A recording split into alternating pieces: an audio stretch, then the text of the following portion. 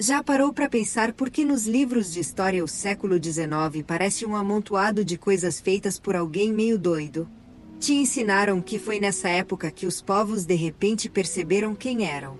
Criaram bandeiras, hinos e fronteiras.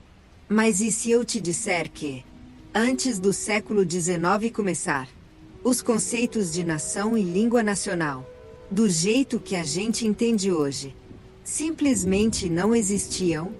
Você foi enganado. A gente todo viveu na mentira desde que nasceu. Olha o mapa mundi. Essas manchas coloridas que chamamos de países não são fruto de milhares de anos de evolução. Limpa a garganta, isso aqui são celas de prisão. São cercas feitas há 200 anos para dividir uma humanidade que era uma só e sobreviveu a uma catástrofe global. Você acha que é russo, francês, alemão ou americano? Não. Isso é só um número de inventário dado aos seus antepassados para eles esquecerem quem realmente são. Estamos prestes a fazer uma descoberta que vai virar sua visão da realidade de cabeça para baixo.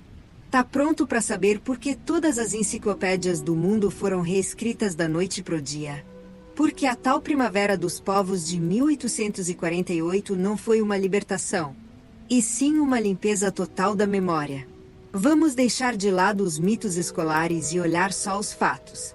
Pega qualquer mapa feito antes de 1800. Um mapa de verdade. Não uma falsificação do século XX refeita. O que você vê ali? Territórios enormes sem fronteiras definidas. Impérios que se misturam em um espaço branco gigante que os cartógrafos, meio tímidos, chamaram de Grande Tartária ou Grande Tartária. Os historiadores garantem que essa área era só uma zona geográfica habitada por nômades selvagens. Mas aí está o paradoxo. Nessas terras, centenas de cidades aparecem marcadas. Cidades das quais não sobra nenhum vestígio hoje em dia ou que foram fundadas do zero no século XIX em cima das ruínas de algo muito mais grandioso. Por que foi preciso apagar uma civilização inteira da face da Terra e dividir o mundo em dezenas de pequenos estados? A resposta é assustadora de tão cínica. É impossível controlar uma humanidade unificada e super desenvolvida.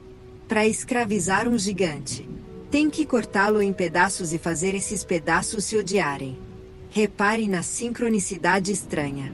No meio do século IX, em todo o mundo, como se fosse uma ordem vinda de um único lugar, começaram a surgir dicionários e gramáticas nacionais. Os irmãos Grimm na Alemanha, Vladimir Da na Rússia, Noah Webster na América.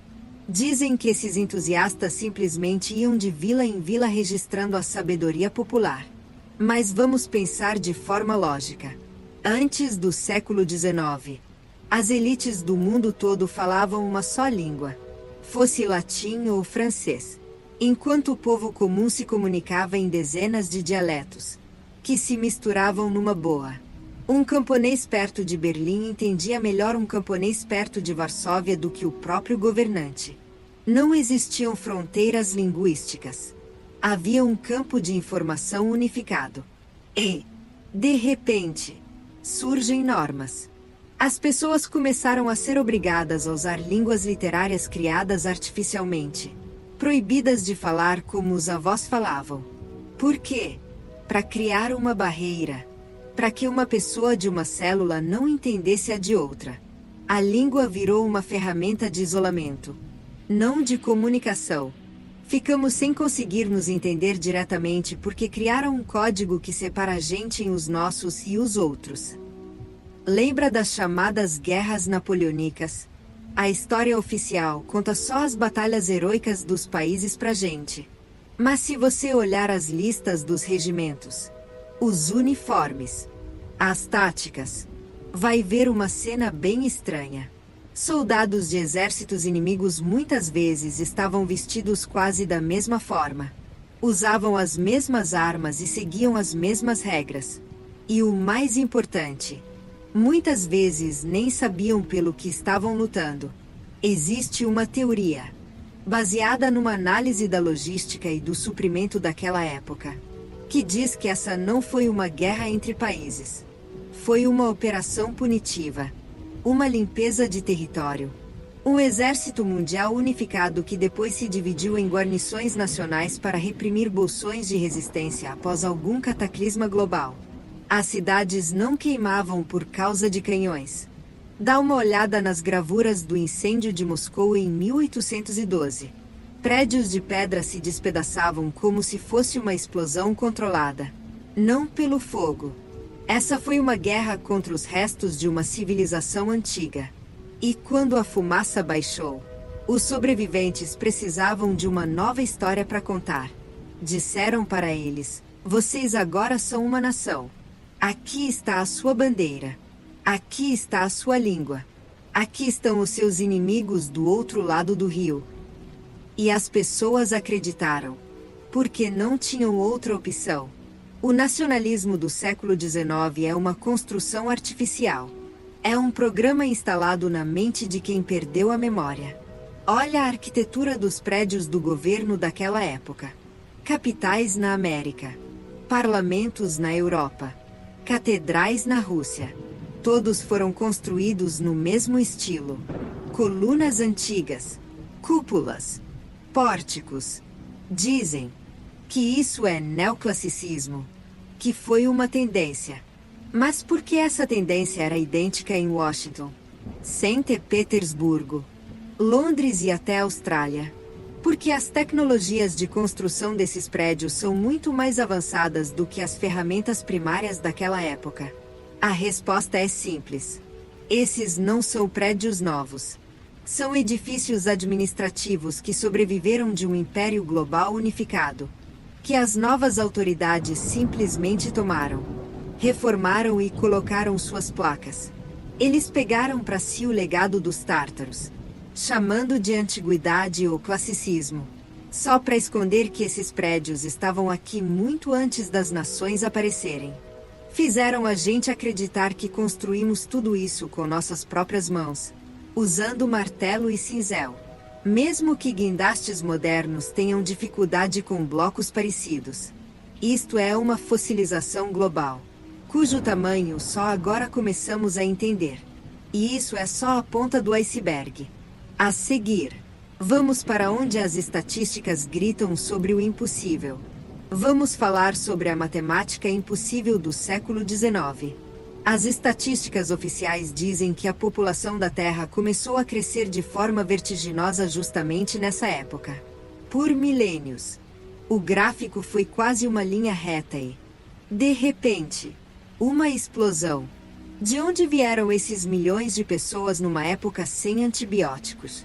Com medicina rudimentar e guerras constantes que dizem ter rolado o tempo todo. Os historiadores falam algo sobre uma revolução agrícola e melhora na higiene. Mas qualquer agricultor vai te dizer que é impossível alimentar uma população que cresce exponencialmente só com um arado de madeira. Existe uma hipótese assustadora que explica esse aumento. Isso não foi um crescimento natural. Foi um reassentamento. Uma nova colonização do planeta depois de uma limpeza global.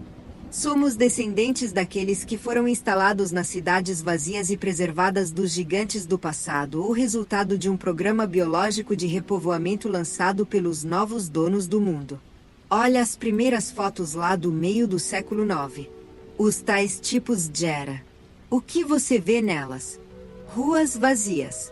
Avenidas enormes e majestosas de São Petersburgo, Paris, Berlim, Washington. Completamente sem gente. Ou com umas figuras isoladas que parecem fantasmas no cenário de um teatro ciclópico. Dizem que isso acontece por causa do tempo de exposição longo das câmeras naquela época. Que as pessoas se mexiam e não apareciam. Mas sombra não mente. Mesmo com exposição longa. Uma multidão agitada deixa uma mancha borrada. Um fantasma de movimento. Aqui, no entanto, tem um vazio morto e os paralelepípedos bem nítidos. Essas cidades estavam prontas. Foram feitos para milhões. Mas em 1840, só milhares moravam lá. Chegamos e encontramos tudo pronto. Ocupamos casas que não construímos. Andamos em calçadas feitas por quem tivemos que esquecer o nome. E pra gente não ficar perguntando. Inventaram nações pra gente. Um francês deve ficar em Paris. Um russo em Moscou. E não enfiar o nariz nas ruínas do mundo todo. Achando que aquilo é só patrimônio do seu país. E aqui a gente chega na prova mais clara da catástrofe. Que tá bem debaixo dos seus pés. Sério. Dá pra andar pelo centro de qualquer cidade histórica. Dá uma olhada nos prédios antigos. Porque os primeiros andares ficam meio enterrados no chão. Dizem que é a camada cultural. Cientistas com cara séria afirmam que, por séculos, as pessoas não limpavam as ruas. A poeira acumulava. O estrume se compactava e o nível do chão subia. Pensa só no absurdo dessa ideia. Será que as pessoas realmente cagavam e jogavam lixo bem na frente das janelas por séculos? A ponto do chão subir uns 3 ou 4 metros. Será que elas realmente fechavam janelas com tijolos e transformavam portas enormes em entradas de porão só porque eram preguiçosas demais para varrer o quintal? Isso é mentira. Feita para quem não sabe pensar direito. Engenheiros e arquitetos sabem que uma camada cultural desse tamanho é mito. Levantar o nível do terreno em uns 30 centímetros de terra compactada precisa de um volume enorme de material, que o vento não consegue simplesmente soprar. O que a gente vê é resultado de um fluxo global de lama e argila. Um deslizamento de lama que cobriu continentes. Pesquisadores chamam isso de fluxo de argila ou enchente de lama. Aconteceu, provavelmente, no início do século XIX. Enterrou os andares mais baixos dos prédios no mundo todo. De Kazan a Roma. De Nova York a Melbourne. Em todo lugar. A mesma cena, andares completos com janelas e portas ficando debaixo da terra. Escavações confirmam isso. Debaixo do asfalto não tem fundações. Tem paredes inteiras de tijolo. Arcos. Entradas. A gente vive no segundo andar de um mundo morto. E as nações foram inventadas para dividir os sobreviventes que desenterraram essas ruínas e fazer eles acreditarem que foram eles que construíram tudo aquilo. As autoridades precisavam arrumar uma explicação para a bagunça que o mundo tava. Porque as tecnologias antigas tinham se perdido. Porque os aquedutos magníficos não funcionavam e as pessoas jogavam sujeira pela janela. Eles inventaram o conceito de progresso. A gente foi condicionado a acreditar que somos o ápice da evolução e que antes da gente só tinha escuridão e barbárie.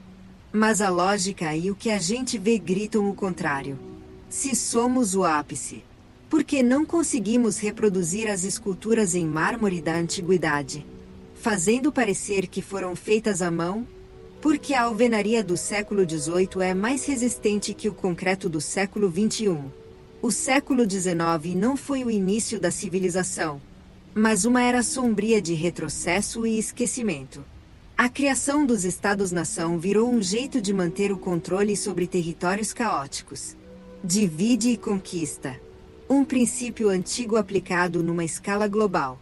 Dá uma olhada nos mapas das fortalezas estreladas. Essas fortificações de terra com formatos geométricos são espalhadas por todo o planeta. Nos livros das novas nações, elas são chamadas de fortificações para se defender de ataques. Mas os especialistas em balística dizem que o formato deles não serve para se defender de canhões daquela época. Porém, é perfeito para outra coisa. Para amortecer ondas. Para ressonância sonora. Ou será que era uma rede de energia unificada do planeta que foi desligada? As fortalezas estreladas são iguais na Holanda, na Rússia, nos Estados Unidos e no Japão. Eles ignoravam as fronteiras nacionais porque, quando foram construídos, não existiam fronteiras. Havia um estilo único, um padrão único, um propósito único, uma grande obra de arte. Dividir o mundo em pedaços permitiu que os controladores desmontassem esse sistema unificado parte por parte. Eles declararam as estrelas antigas fortalezas cobertas de mato e apagaram seu verdadeiro propósito da memória, transformando-as em parques ou bases para estádios. Mas o que assusta mesmo não são os prédios. É a educação. Foi no século XIX que o modelo prussiano de escola se espalhou para todo lado. Aquele mesmo onde as crianças são empurradas para dentro da sala.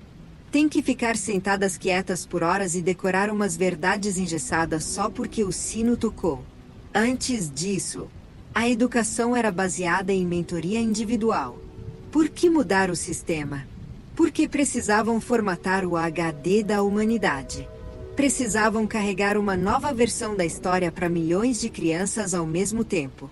Criaram literatura nacional, história nacional, mitos nacionais. Pegaram o folclore, editaram, adicionaram ódio pelos vizinhos e orgulho por uma pátria inventada. Criaram uma geração pronta para morrer por umas linhas no mapa feitas por políticos. A gente é produto dessa fábrica. Nossa identidade é uma construção artificial montada na linha de produção do século XIX para esconder a verdade sobre uma catástrofe global. A gente foi ensinado a se orgulhar da jaula onde estamos presos. Mas se você acha que sabe tudo agora, tá enganado. A maior mentira não é sobre pedras ou mapas, mas sobre tecnologias que foram roubadas da gente e substituídas por versões primitivas, vendidas como grandes invenções. A coisa só vai piorar daqui pra frente. Você acredita naquele conto de fadas da Revolução Industrial?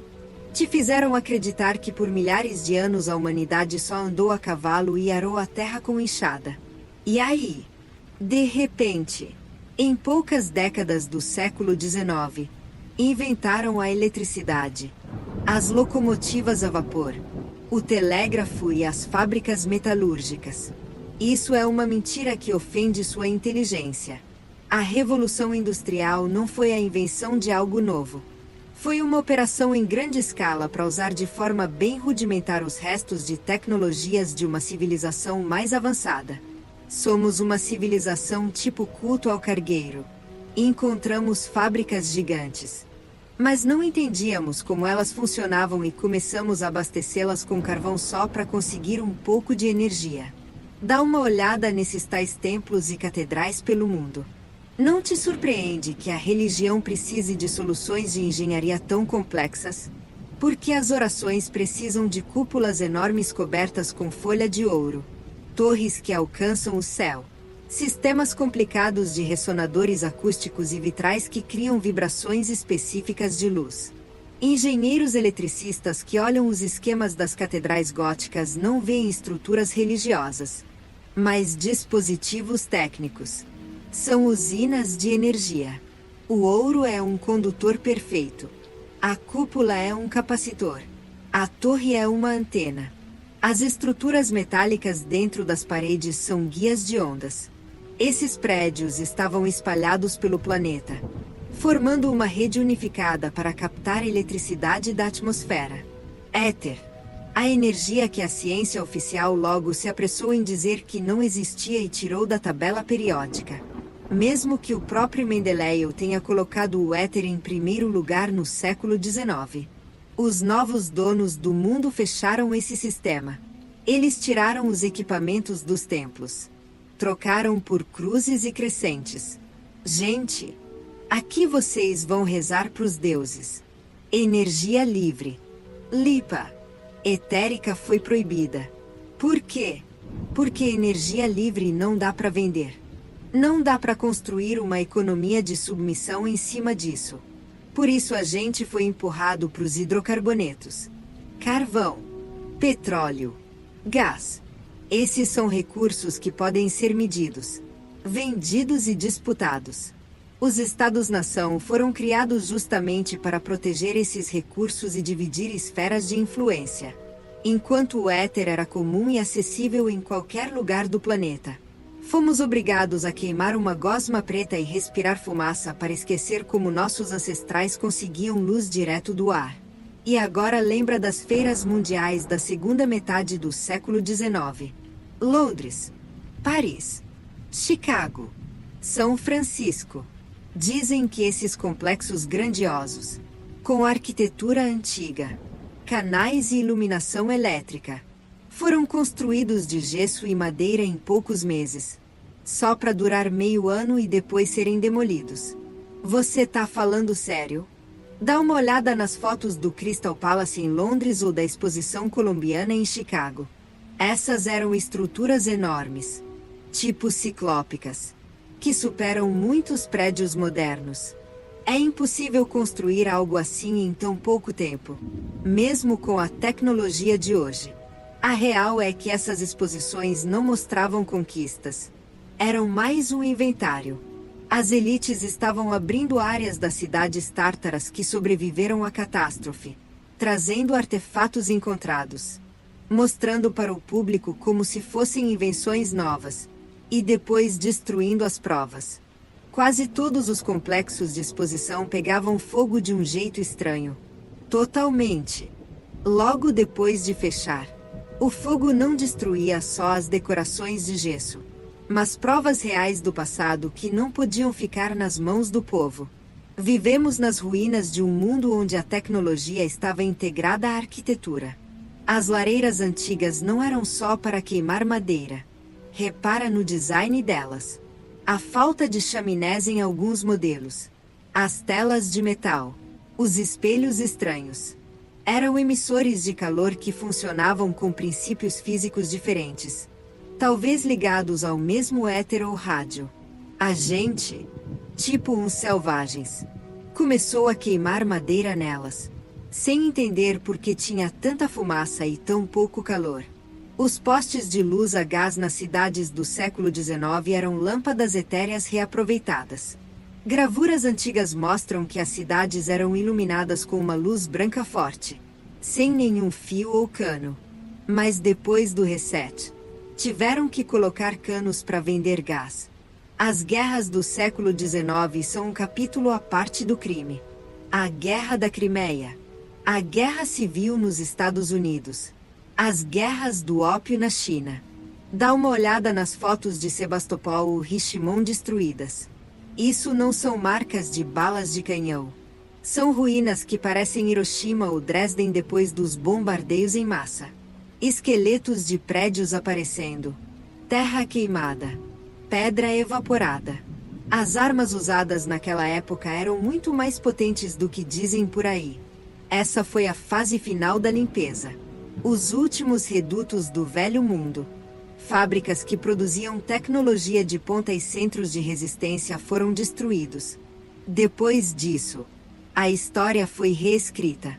Os vencedores se proclamaram libertadores e unificadores de terras. E as cidades destruídas foram rotuladas como regimes atrasados. Foi nessa época que surgiram os museus, depósitos do que foi confiscado. O que não podia ser destruído ou usado ficava escondido atrás de vidro, com uma etiqueta dizendo objeto ritual ou brinquedo. Mostram pra gente mecanismos complexos, mapas das estrelas, joias com uma precisão inacreditável. E dizem que foram feitos por camponeses à luz de vela. A diferença tecnológica entre os artefatos do passado e o que se podia fazer no século XIX é enorme. Mas a gente foi condicionado a não reparar nisso. A gente olha para muros de granito que se estendem por quilômetros e acredita que foram talhados à mão. A gente olha para as colunas perfeitamente redondas e acredita em cinzéis. A gente foi feito para acreditar que está progredindo, quando na real mal aprendemos a usar as migalhas patéticas do que está debaixo dos nossos pés. Mas a descoberta mais assustadora está logo à frente. Se as tecnologias foram roubadas e as cidades apropriadas, o que rolou com o povo? Para onde foram os bilhões de habitantes da Grande Tartária? Onde esses bilhões desapareceram? Essa é a pergunta mais aterrorizante que você pode se fazer, parado diante de uma foto antiga de uma cidade deserta. Se a gente admite que a arquitetura já existia e as tecnologias foram emprestadas, a gente inevitavelmente bate numa parede de silêncio sobre o destino da população indígena da Grande Tartária. A história oficial conta pra gente histórias de praga, cólera e guerras sem fim.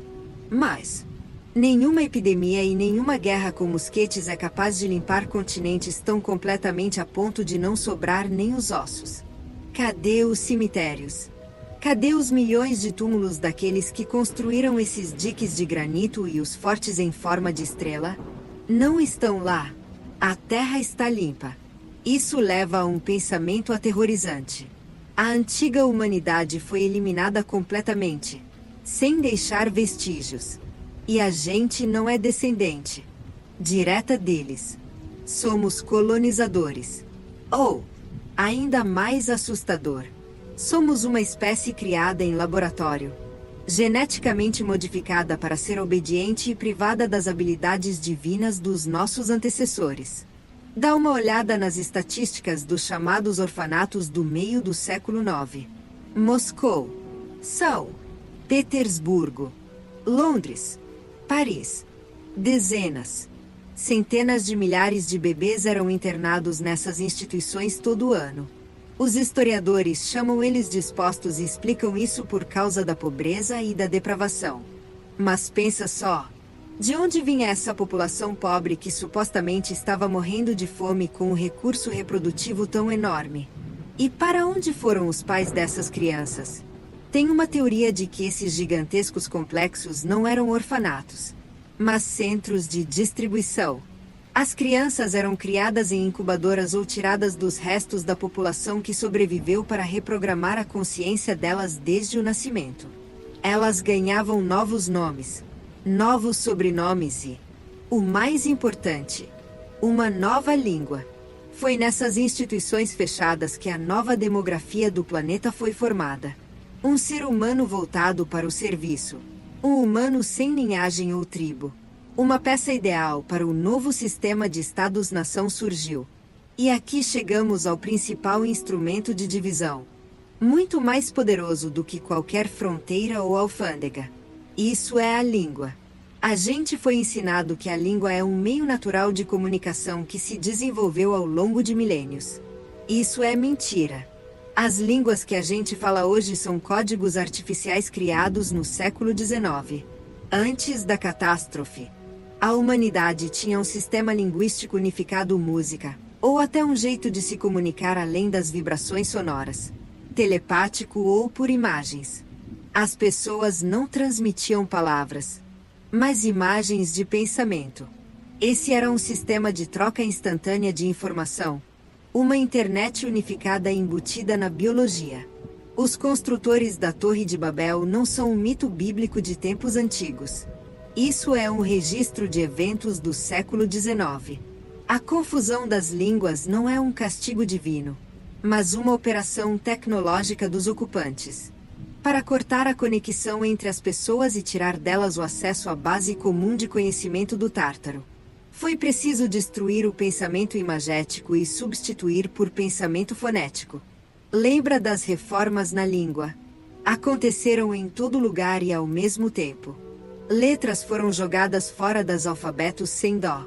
Na língua russa, por exemplo, o livro Vita foi destruído, onde cada símbolo não era só um som, mas um conceito inteiro, uma imagem. Uma chave para entender o universo. A era eu. Deus. O começo. Buki. Conhecimento divino. Quando você lia uma palavra, via uma imagem multidimensional. E agora A é de maçã. B é de bola. Fomos reduzidos ao nível de simples fazedores de sons primitivos. A língua virou um código chato e sem vida que só descreve o dia a dia em instruções.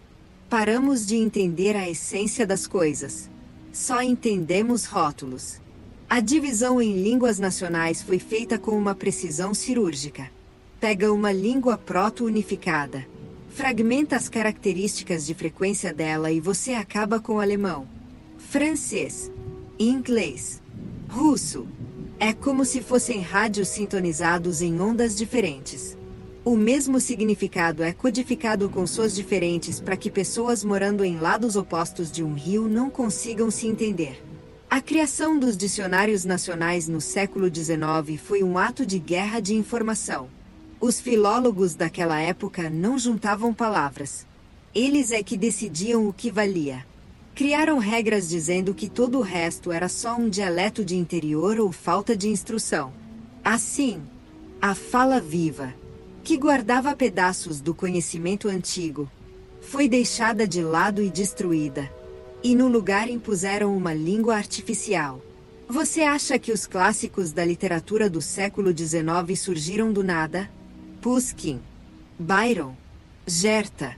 Talvez esses fossem os programadores geniais da nova realidade, encarregados de infiltrar novas matrizes linguísticas na consciência das massas, criando um belo disfarce para o código da prisão. Mas a linguagem não é só um meio de comunicação. É uma ferramenta para moldar a realidade. A genética moderna das ondas confirma que o DNA reage à fala. As palavras podem curar e também podem matar. A antiga língua dos tartários era uma ferramenta poderosa para controlar a matéria. Com certas vibrações da voz, dava para levantar pedras, mudar a estrutura da água, curar doenças. A gente foi privado dessa arma. Nos deram línguas que não ressoam com o mundo. Gritamos. Mas o universo não nos escuta. Falamos palavras, mas elas estão vazias. Além disso, vírus foram embutidos nas línguas modernas. Palavras invertidas que bloqueiam nossa consciência. Dizemos feio, querendo dizer na raiz, protegido pela linhagem, implicando algo ruim. Usamos palavras com significado negativo, nos programando para o fracasso e a doença. Isso não é acidente. É um sistema de segurança para que os escravos nunca se lembrassem de que são deuses. Escondendo a verdade, também esconderam nossa natureza biológica. Olha o tamanho das portas em prédios antigos, a altura dos tetos, o tamanho dos degraus, as ermidas, palácios, estações de trem antigas. Tudo isso foi construído para gente que tinha pelo menos os 2, 5 ou 3 metros de altura. Dizem que o império amava a ostentação. Besteira. A arquitetura é sempre prática. Ninguém faz uma maçaneta na altura do seu rosto só por beleza. Os antigos habitantes da Terra eram maiores, mais fortes e viviam mais. A gente é uma versão degenerada, menor. E essa decadência é mantida de propósito. Mudanças na pressão atmosférica, que antigamente era mais alta, como comprovam as bolhas de ar em âmbar antigo e a composição do ar, levaram a um crescimento reduzido e a vidas mais curtas. Mas o principal papel foi da medicina do século XIX. A introdução das vacinas em massa, começando pela varíola, e o uso de mercúrio e chumbo nos tratamentos. Tudo isso tinha como objetivo suprimir a genética, bloquear a glândula pineal, nosso órgão de conexão com o campo etérico. A gente não foi dividido só por fronteiras. Fomos divididos dentro dos nossos próprios corpos, cortando a conexão entre os hemisférios direito e esquerdo do cérebro. A lógica, de um lado, e a intuição, do outro, foram colocadas uma contra a outra de forma artificial, através do sistema de ensino e da língua. Fomos impostos com a dualidade do mundo, bem e mal, e repare na cronologia. Meados do século IX é o ponto sem volta. Antes disso, as datas ficam confusas. Os eventos se repetem. Reis governam por 100 anos. A cronologia dos Kaler-Pavios, que a gente aprende na escola, foi finalmente aprovada e adotada justamente nessa época. Eles precisaram esticar a história, inventar a Idade das Trevas, a Antiguidade, a Idade Média, para preencher o vazio que ficou depois de apagar a memória dos tártaros. Eles esticaram os eventos, inventaram dinastias que nunca existiram e guerras que nunca aconteceram para esconder o fato de que a catástrofe rolou literalmente ontem. Sua bisavó ainda podia ter visto aquele mundo, mas a memória dela foi apagada ou trocada por um órfão de um berçário. A gente vive numa realidade que tem só 200 anos, mas que é feita para parecer uma velha de 1000 anos. Esse espetáculo todo de trajes típicos, cantigas populares e tradições antigas é um carnaval organizado pela administração da colônia para entreter os presos e dar uma falsa sensação de raízes. Mas o sistema falhou. A pedra grita. A memória genética desperta. A gente olha mapas sem fronteiras e sente a dor fantasma de uma grandeza amputada. Ouvimos palavras nativas em línguas estrangeiras e entendemos que são pedaços de um mesmo vaso. Vemos torres que não são cruzes, mas antenas. E nossas mãos lembram como acender aquela luz. Roubaram nosso espaço, dividindo-o em países. Roubaram nosso tempo, criando o calendário. Roubaram nosso poder de falar, nos dando códigos mudos. Mas eles não conseguiram roubar nossa intuição. Aquela sensação estranha de desconforto que bate quando você lê um livro de história. Você sente a mentira na pele. E agora que a gente já destrinchou o mecanismo da mentira, que entende como fomos diminuídos, divididos e deixados de lado, resta só uma última pergunta. A mais importante. Quem são eles? Quem são esses arquitetos da nova realidade que chegaram às ruínas?